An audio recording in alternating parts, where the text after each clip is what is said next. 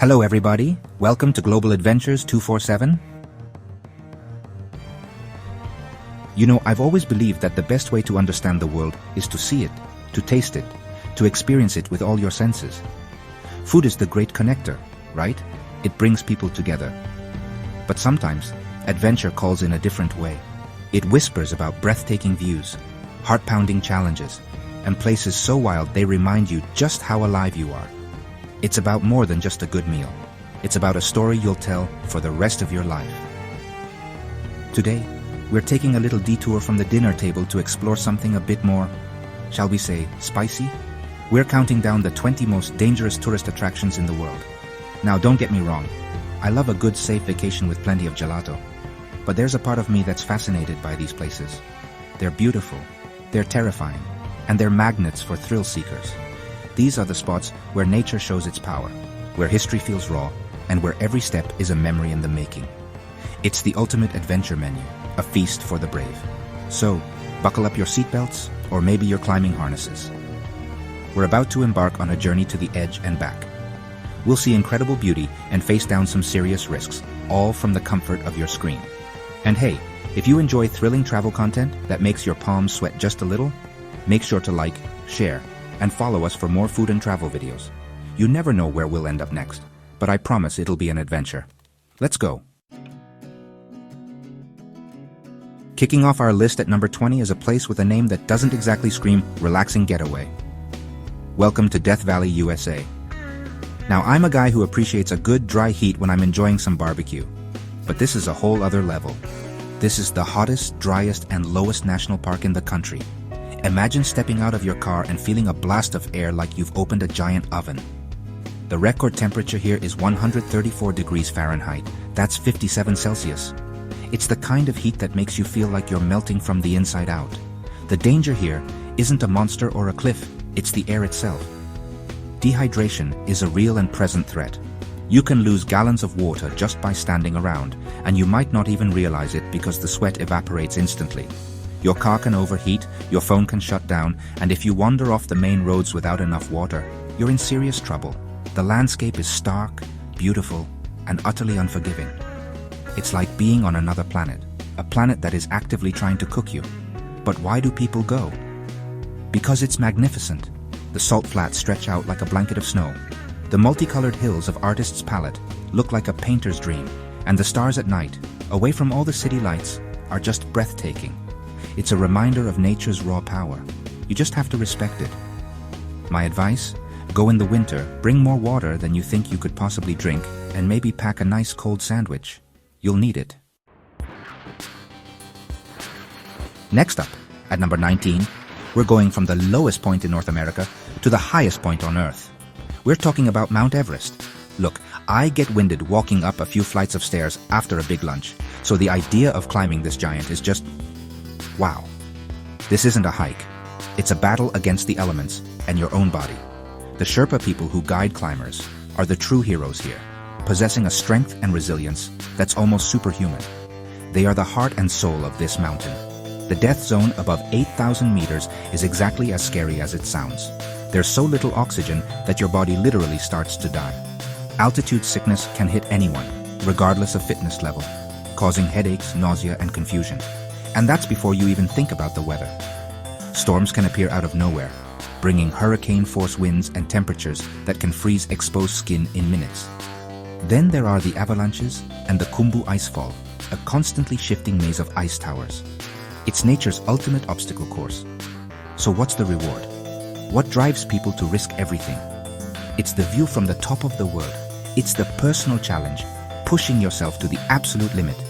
Standing up there, you're closer to the heavens than anyone else on the planet. It's a profound, life-altering experience.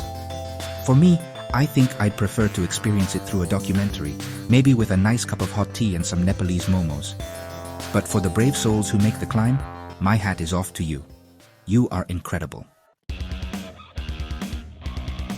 From the solitude of the mountains, we travel to the chaotic streets of Pamplona, Spain, for number 18, the running of the bulls. Okay, I love Spain. The food, the people, the passion. It's all fantastic. I've had some of the best jamon and tapas of my life there. But this festival, the San Fermin festival, is on another level of intensity. Every morning for a week, they release a group of massive, powerful bulls to run through the narrow cobblestone streets of the old city. And people, for some reason, decide to run in front of them. The danger is pretty straightforward, isn't it? You have a half-ton animal with sharp horns, bred for fighting, charging down a crowded street. The risk of being gored is terrifyingly real. But it's not just the horns, it's the panic. People fall, they get trampled by other runners, they get pinned against the wooden barriers. It's a crush of humanity and pure, unadulterated bovine fury. It's over in minutes, but those minutes must feel like an eternity. It's a visceral, primal experience. And yet, thousands of people from all over the world come to do this. Why? It's tradition, it's adrenaline, it's a test of courage. It's about being part of something bigger than yourself, a tradition that goes back centuries. After the run, the whole city erupts in a massive party with food, wine, and dancing. It's a celebration of life, of having survived. Personally, I think I'd enjoy the party part more. I'll watch from a balcony, thank you very much, with a glass of Rioja and a plate of patatas bravas. Ole! Alright, for number 17, we're heading to the border of Zambia and Zimbabwe to witness one of the most incredible natural wonders of the world. Victoria Falls. The locals call it Mosi wa Tunya, which means the smoke that thunders. And honestly, when you see it, you understand why. The sheer volume of water plunging over the edge is just mind-boggling. The mist rises like smoke, and the sound is a constant, deafening roar. It's beautiful, it's powerful, it's honestly awe-inspiring. Now imagine going for a swim right at the very edge of that. Yeah, that's the Devil's Pool. During the dry season, the water level drops just enough to create a natural rock pool right on the lip of the falls. You can literally lie on the edge and look down into the 108-meter abyss as thousands of gallons of water rush past you every second. There's just a submerged rock wall between you and, well, a very big drop. It's the world's most terrifying infinity pool. The guides are incredibly experienced and they know exactly when it's safe.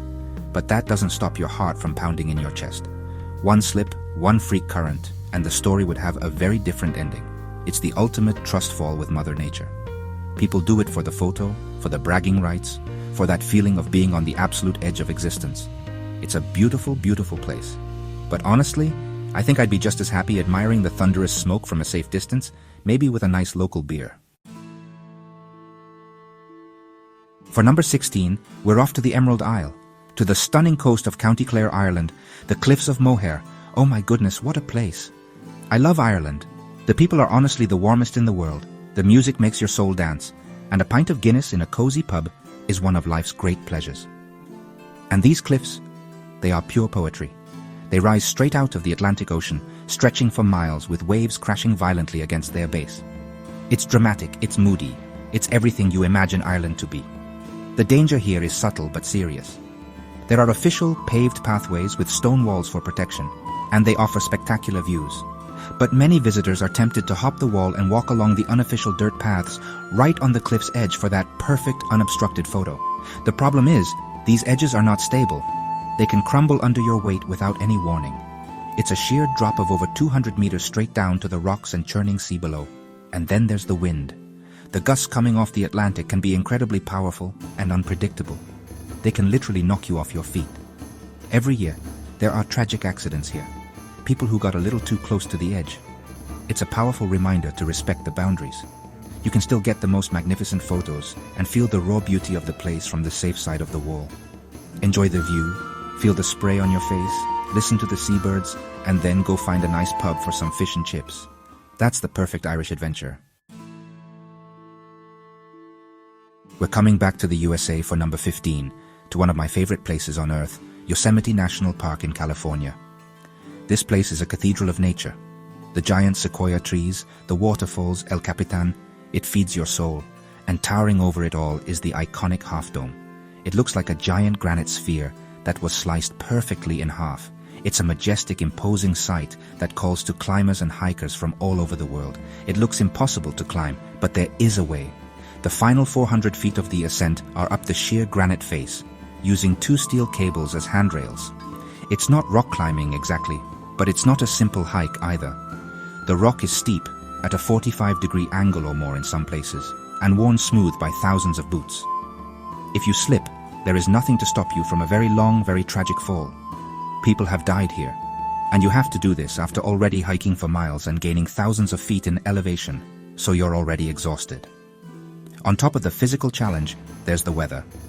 Yosemite is in the mountains, and thunderstorms can roll in quickly in the afternoon.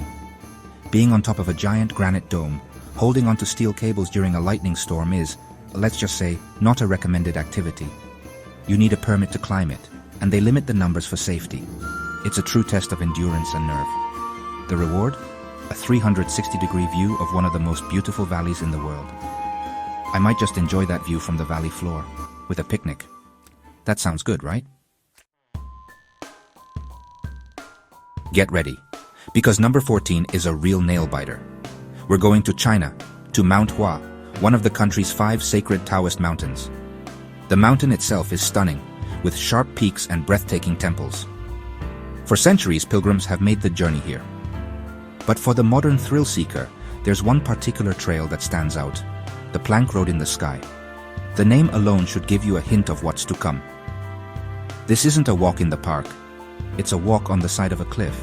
The path consists of a few rickety-looking wooden planks, maybe a foot wide, bolted into the vertical cliff face. Below you, nothing. Just a sheer drop of thousands of feet into the valley. You wear a safety harness that clips onto a cable running along the rock, but that's your only security. To move forward, you have to unclip and reclip your harness every few feet as you pass the bolts holding the cable. Your hands are gripping onto a rusty chain, and your feet are shuffling sideways on these narrow boards. It's a two-way path, so sometimes you have to squeeze past people coming from the other direction, with your back pressed against the cold rock. It's a pure test of your fear of heights. People say the view is incredible, but I imagine most are too focused on their feet to notice. At the end of the plank walk, there's a small grotto with a tea house. Can you imagine? Earning your cup of tea by cheating death? I love tea, but I might just have it at the bottom of the mountain. My goodness. For number 13, we journey to one of the most alien-looking landscapes on our planet, the Danakil Depression in Ethiopia. This place is a geological marvel. It's a contender for the hottest inhabited place on Earth, with temperatures regularly soaring over 120 degrees Fahrenheit. It's a land of active volcanoes, bubbling sulfur springs, and vast salt flats that shimmer in the intense heat. The colors are unreal: bright yellows, toxic greens, and rusty oranges. It looks like the surface of Jupiter's moon, Io. It's beautiful, but it's brutally inhospitable. The air in some areas is thick with toxic gases like chlorine and sulfur, which can be deadly. You're walking on a thin crust over a landscape that is very much alive underneath. The ground can be unstable, and the bubbling pools are not hot tubs, they are acidic and boiling hot. This is not a place you can just show up to. You need experienced guides, multiple 4x4 vehicles in case one breaks down, and a huge supply of water. Despite the harsh conditions, the Afar people have lived here for centuries, mining salt from the flats and transporting it by camel caravan. They are some of the toughest people on Earth. Visiting the Danakil Depression is a humbling experience. It's a trip back to the Earth's primordial beginnings, a reminder of the powerful forces that shape our world. It's an adventure that is as much about survival as it is about sightseeing. An incredible, unforgettable, and very, very hot journey. We're returning to beautiful Ireland for number 12, but this time, we're heading offshore to a remote, jagged island called Skellig Michael. You might recognize it from the recent Star Wars movies, but its history is much older and more profound. This was the home of a small group of ascetic monks who sometime in the 6th century decided to build a monastery in one of the most inaccessible places imaginable. They wanted to be closer to God, and they certainly achieved being far from everything else. Getting there is the first challenge. It's a 12-kilometer boat ride on the rough, unpredictable Atlantic. Trips are often cancelled due to bad weather, even in the summer. Once you land, the real danger begins. There are over 600 ancient stone steps leading to the monastery at the top. These steps are uneven, they have no handrails, and they are carved right into the steep cliffside. One misstep, especially on a windy or rainy day, could be disastrous. The monks lived in stone, beehive-shaped huts, clinging to the rock, enduring storms and isolation. It's a testament to their faith and incredible fortitude. When you stand up there, looking out at the endless ocean, with puffins flying all around you, it feels like you're at the edge of the world. It's a UNESCO World Heritage Site, and visitor numbers are strictly limited to preserve its fragile beauty. It's a pilgrimage, not just a tourist trip, a truly spiritual and slightly terrifying experience. Back to sunny Spain for number 11, and another terrifying walkway. This one is called El Caminito del Rey, or the King's Little Pathway, and it's located in the province of Malaga. Originally built in the early 1900s for workers at a hydroelectric plant, this path was once known as the most dangerous walk in the world.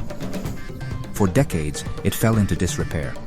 The concrete crumbled away, leaving just the narrow steel beams and, honestly, some huge gaping holes. Only the most daring adrenaline junkies even attempted to cross it. The path is pinned along the sheer walls of a narrow gorge, over 100 meters above the river below. After several fatal accidents, the government closed it down and invested millions in a complete renovation. The new path, which opened in 2015, is a modern wooden walkway built right on top of the old crumbling one. It's incredibly safe now, with high railings and sturdy construction. You can even see the terrifying old path just beneath your feet, which is a chilling reminder of what it used to be. So is it still dangerous? Well, if you have a serious fear of heights, absolutely. Even with all the safety features, looking straight down through the slats of the walkway to the gorge floor is enough to make your knees weak. The highlight is a suspension bridge that sways gently in the wind as you cross from one side of the gorge to the other. It's an incredible piece of engineering that allows you to experience a truly spectacular landscape. It's all the thrill with none of the original peril. A perfect adventure, followed by some well-deserved tapas. My kind of day. We've reached the top 10, and for number 10 we're heading to the majestic fjords of Norway. I mean, just look at this country. The mountains, the water, the clean air, it's like a fairy tale. Our destination is Karabolten, which isn't a building or a trail, but a single giant boulder. What makes it special? This 5 cubic meter rock is wedged in a mountain crevasse, suspended nearly 1,000 meters, that's over 3,000 feet, above the fjord below. It's a geological freak of nature. The hike to get there is no walk in the park. It's a challenging 6-hour round trip, with steep climbs over bare rock, sometimes requiring you to pull yourself up with chains. The weather can change in an instant, from sunshine to thick fog and rain. But the real danger, the one that makes the viral photos, is stepping out onto the boulder itself. There are no safety fences, no harnesses, no safety nets. It's just you, a roundish rock, and a whole lot of empty space. People line up for their turn to get that iconic photo, standing on the boulder with their arms raised in triumph. But the surface is curved, and a strong gust of wind or a simple loss of balance could be fatal. It's a pure, unfiltered test of nerve. The view is, of course, absolutely staggering. You feel like you're on top of the world. Is the photo worth the risk? For some, it's the ultimate proof of their courage. For me, I think the photo of the boulder, taken from the nice, solid cliff a few feet away, would be just as beautiful, and much less stressful.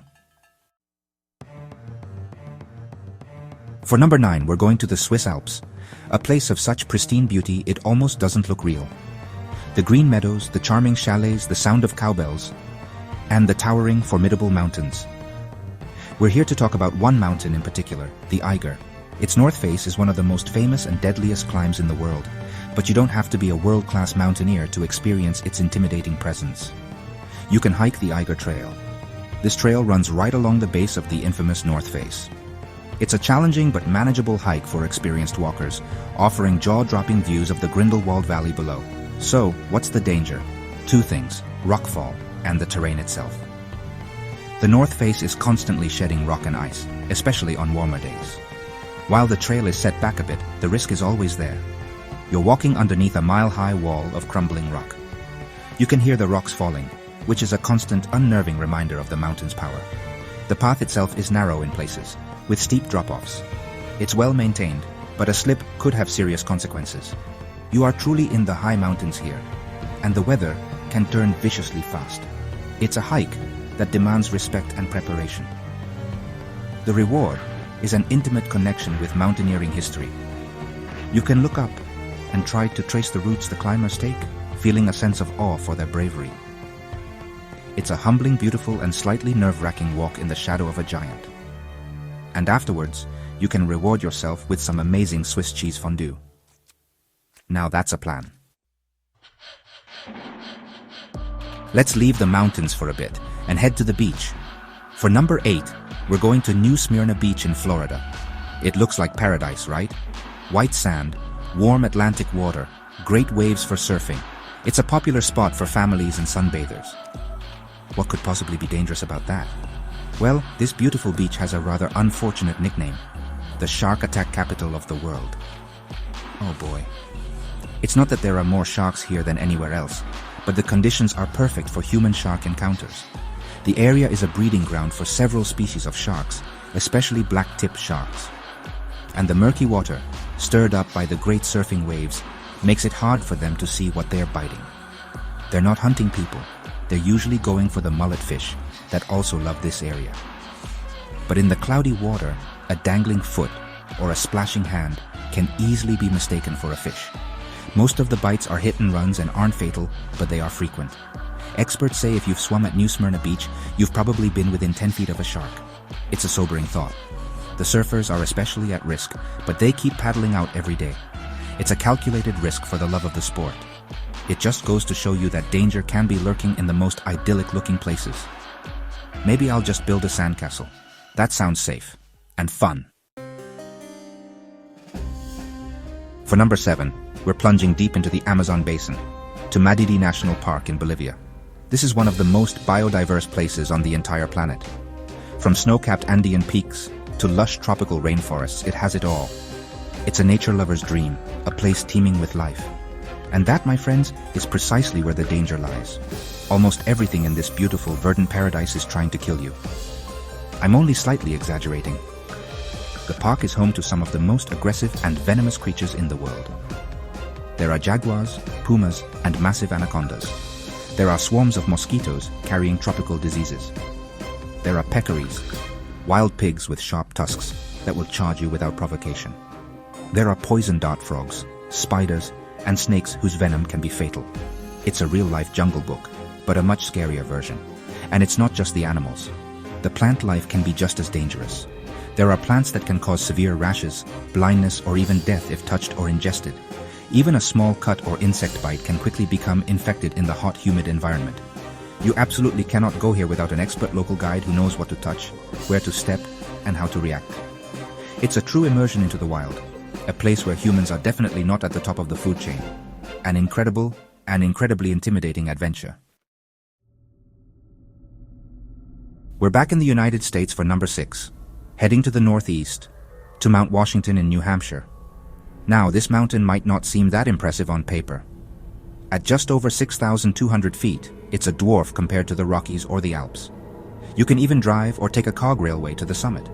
So why is it on a list of the most dangerous places? Because Mount Washington is home to the world's worst weather. That's not just my opinion, it's their official slogan. The mountain sits at the convergence of several major storm tracks, and its shape and location create a funnel effect, dramatically amplifying wind speeds. The highest wind speed ever recorded by a human, 231 miles per hour, was measured at the summit. That's stronger than a Category 5 hurricane. The weather can change in the blink of an eye. You can start a hike on a sunny, pleasant day, and within an hour be caught in a blizzard with zero visibility and hurricane-force winds, even in the middle of summer. Hypothermia is the biggest killer here. The combination of freezing temperatures, which can occur any month of the year, and extreme wind chill is a deadly recipe. Over 150 people have died on its slopes. Many of them experienced hikers who were simply caught off guard. It's a mountain that demands absolute respect and preparation. It's a beautiful place with incredible views, but it's a stark reminder that you should never, ever underestimate the power of nature, no matter how small the mountain seems. Entering our top 5, we travel to the stunning Caribbean island of Dominica, known as the Nature Isle. It's a paradise of lush rainforests, waterfalls, and volcanoes. And deep within the Morne Trois Pitons National Park lies our number 5 attraction, the Boiling Lake. And yes, it is exactly what it sounds like. It's the second largest hot lake in the world, a flooded fumarole, a crack in the Earth's crust that is literally boiling. The lake is about 200 feet across, and the center is a cauldron of bubbling grayish-blue water, enveloped in a constant cloud of steam. The temperature at the edges is around 180 to 197 degrees Fahrenheit, but the center is at a rolling boil. Falling in would mean instant, horrific death. The hike to get there is a grueling 6 to 8 hour round trip through dense rainforest, up and down steep muddy slopes, and through an area called the Valley of Desolation, which is full of hot sulfur springs and steam vents. The danger is multifaceted. The hike itself is exhausting and treacherous. In the Valley of Desolation, you have to be careful where you step, as the ground can be a thin crust over scalding hot mud or water. And at the lake itself, a strong gust of wind can blow the superheated steam onto you, causing serious burns. You need a guide. This is not a trail to attempt on your own. It's a journey to a truly otherworldly place, a window into the raw volcanic power simmering just beneath the Earth's surface. For number 4, we're back in Europe, at the border of France and Italy, to tackle the highest peak in the Alps, Mont Blanc, the White Mountain. It's a stunningly beautiful massif, a playground for skiers, hikers, and mountaineers. It's considered the birthplace of modern mountaineering, but its beauty hides immense danger. Despite not being as technically difficult as some other famous peaks, Mont Blanc is one of the deadliest mountains in the world, with an estimated 100 fatalities per year. Why so many? It's a combination of factors. Its relative accessibility means that many inexperienced or ill-prepared climbers attempt the ascent. The weather can change with terrifying speed, bringing storms, high winds, and whiteout conditions. But the two biggest objective dangers are avalanches and crevasses. The glaciers you have to cross are riddled with deep hidden cracks in the ice.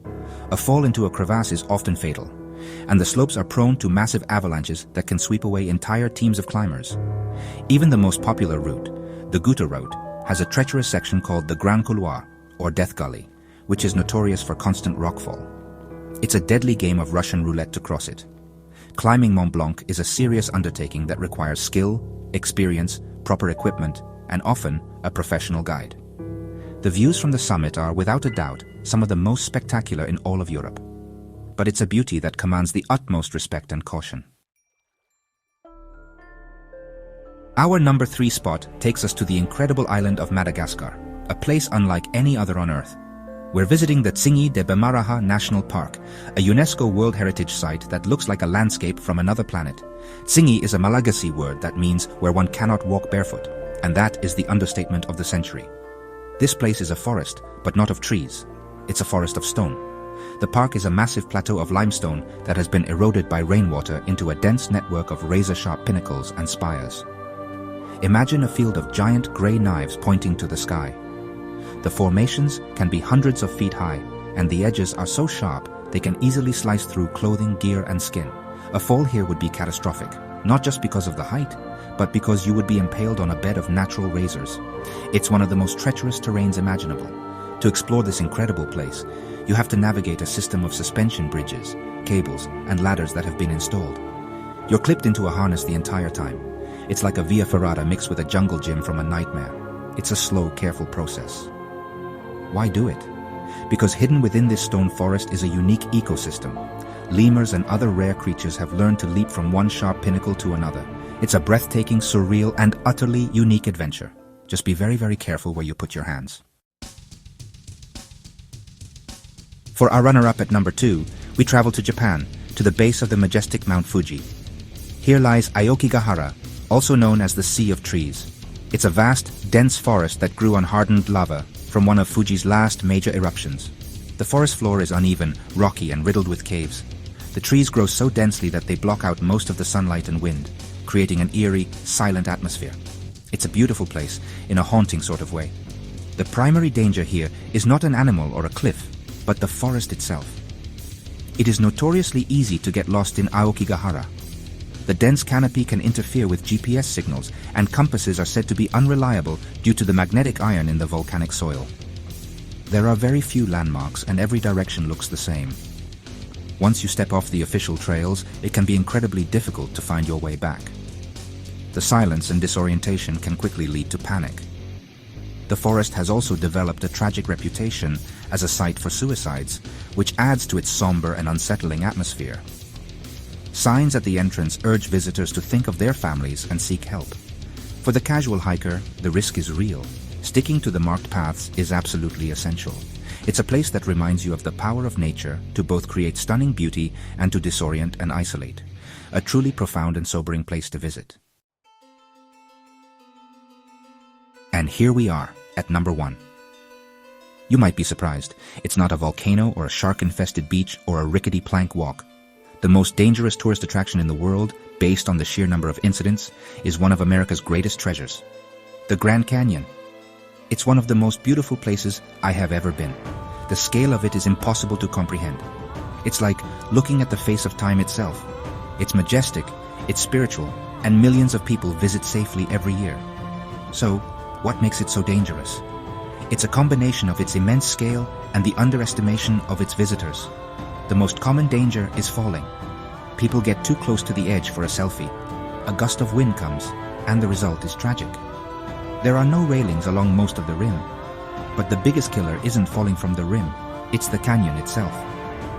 People attempt to hike from the rim to the river and back in one day, not realizing the extreme heat and the brutal climb back up.